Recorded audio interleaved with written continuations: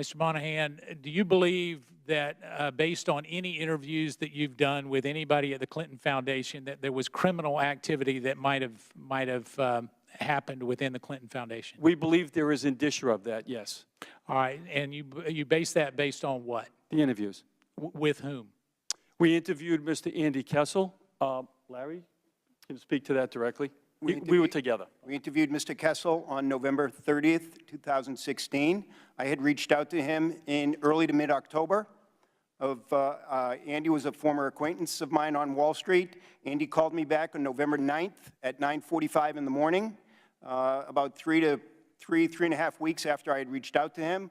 We exchanged pleasantries. I had informed Mr. Kessel about my relationship with Mr. Moynihan so that he was fully aware of who John was. We got together, and he was very forthcoming. I mean, what alleged criminal activity do you believe that the Clinton Foundation may have been a part of? His statements to us were very clear and very genuine.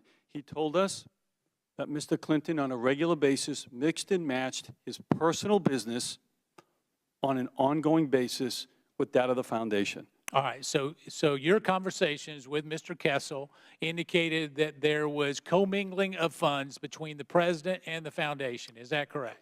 Yeah, expenditure of donated funds between his personal. So he would use donated funds to the foundation for personal use. Private annulment is what they would call that. That was stated to us, yes. And so were there any other criminal allegations?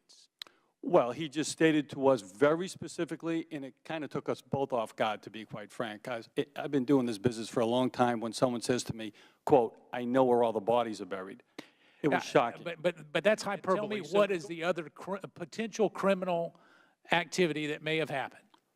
Well, his statements to us about that, we have submitted with the IRS. It's up to them to make a determination on that.